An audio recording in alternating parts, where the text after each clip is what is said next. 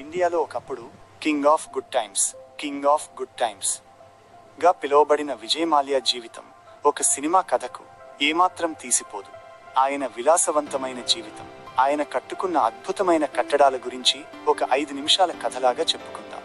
King size జీవితం. విజయ్ మాల్యా అనగానే king fissure airlines, ఖరీదైన స్పోర్ట్స్ కార్లు, ప్రైవేట్ జెట్లు, యాట్లు, పడవలు, అత్యంత విలాసవంతమైన పార్టీలు గుర్తొస్తాయి.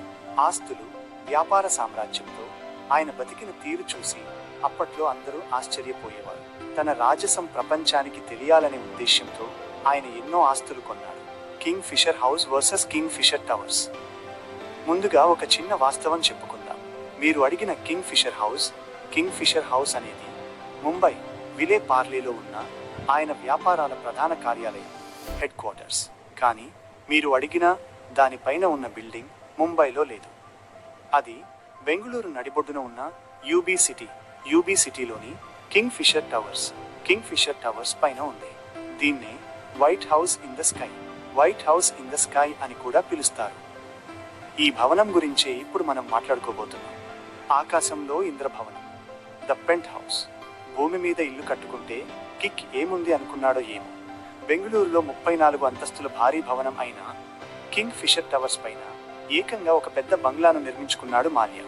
ఇది అచ్చం అమెరికా అధ్యక్షుడి అధికారిక భవనం, వైట్ హౌస్ లాగా ఉంటుంది. ఆకాశంలో తేలియాడుతున్నట్లు ఉండే ఈ భవనం గురించి వింటే ఎవరికైనా మతిపోవాల్సిందే. దీని ప్రత్యేకతలు మరియు ఖర్చు. ఈ ఆకాశ హర్మ్యాన్ని నిర్మించడానికి దాదాపు 100 కోట్ల రూపాయలు ఖర్చు చేసినట్లు అంచనా. విస్తీర్ణం సుమారు 40,000 చదరపు అడుగుల SQFT విస్తీర్ణంలో 2 అంతస్తులలో 33, 34 అంతస్తులు దీన్ని నిర్మించారు. హెలిప్యాడ్.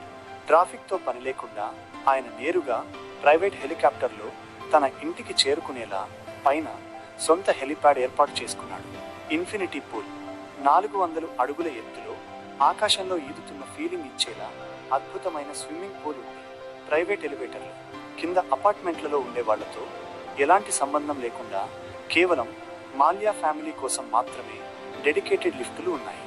అసలు ట్విస్ట్, కలల సౌధం ఖాళీగానే ఇంత విలాసవంతమైన ఇల్లు కట్టుకున్నాడు. సరే, మరి అందులో ఆయన ఎన్ని రోజులున్నాడో తెలుసా?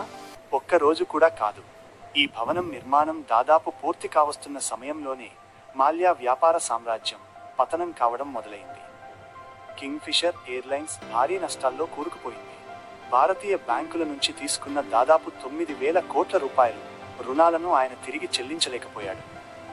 దర్యాప్తు సంస్థల CBI, ED ఒత్తిడి పెరగడంతో అరెస్ట్ అవుతాననే భయంతో 2016 మార్చిలో ఆయన దేశం విడిచి లండన్ పారిపోయాడు. ఆయన పారిపోయిన తర్వాత ముంబైలో ఉన్న ప్రధాన కార్యాలయం కింగ్ ఫిషర్ హౌస్ను బ్యాంకులు అప్పుల కింద జప్తు చేసి రూ. 52 కోట్లకు వేలంలో అమ్ముకున్నాయి. ముగింపు. ఆకాశంలో ఒక అద్భుతమైన ఇంద్రభవనం కట్టుకున్న విధి ఆయన్ని అందులో ఒక్క రాత్రి కూడా నిద్రపోనివ్వలేదు. 100 కోట్లు ఖర్చు పెట్టి కట్టుకున్న ఆ కలల భవనం ఇప్పుడు ఆయన పతనానికి ఒక నిశ్శబ్ద సాక్షిగా బెంగుళూరు ఆకాశంలో అలా ఒంటరిగా మిగిలిపోయింది.